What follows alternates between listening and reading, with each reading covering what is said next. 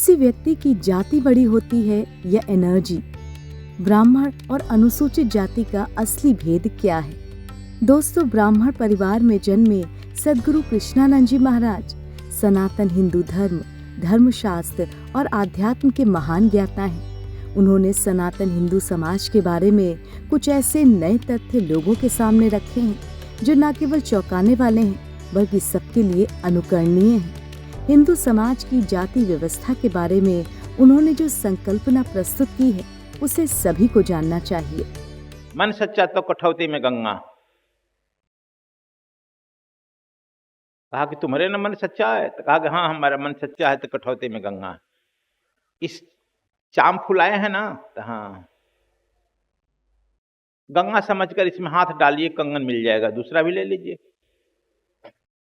पंडित जी जब उसमें कंगन के लोह में हाथ डाले तो देख रहे हैं कि उसमें चाम नहीं है, चमड़ा नहीं है। वैसा वैसा सैकड़ों कंगन भरा हुआ है, हाथ में पूरा 10-20 को कंगन आ गया। कहा कि क्या है? तो कहा कि मन सच्चा तो कठौती में गंगा। ले जाइए, जितना मन है उतना ले जाइए। उनका अंदर से मन बड़ा धिक्कार हुआ। जो आदमी चाम जूता सीता है चमड़ा का, उसमें इतनी सामर्थ है कि हाथ डालते हुए सैकड़ों कंगन निकल गया। हम एक कंगन के लिए झगड़ा कर रहे हैं, पत्नी झगड़ा कर रही है, सब कंगन उसी में से छोड़ डाल दिए। सुनते हैं कि रविदास का धर्म का प्रचार वही पंडित जी किए, जैसे कबीर साहब का पंडित जी किए।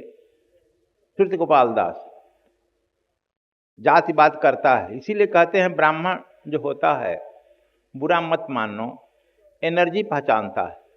जनेश्वर जी, जहां एनर्जी होता है वो सट जाता है।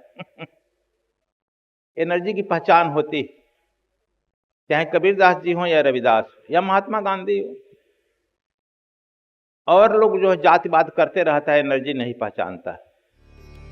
दोस्तों, आध्यात्मिक दृष्टि से किसी व्यक्ति की पहचान उसके जन्म या जाति से नहीं बल्कि उसकी आंतरिक ऊर्जा यानी इंटरनल एनर्जी, वाइब्रेशन और चेतना के स्तर से होनी चाहिए। आध्यात्म में भौतिक शरीर से नहीं बल्कि आत्मा के गुणों पर ध्यान केंद्रित किया जाता है। आत्मा परमात्मा का अंश है और शुद्ध ऊर्जा है जिसका न कोई धर्म है न जाति। आध्यात्मिक नजरिए से व्यक्ति की आभा यानी कि ऑरा उसके विचारों, भावनाओं और चरित्र को दर्शाती है, न कि उसकी सामाजिक स्थिति को।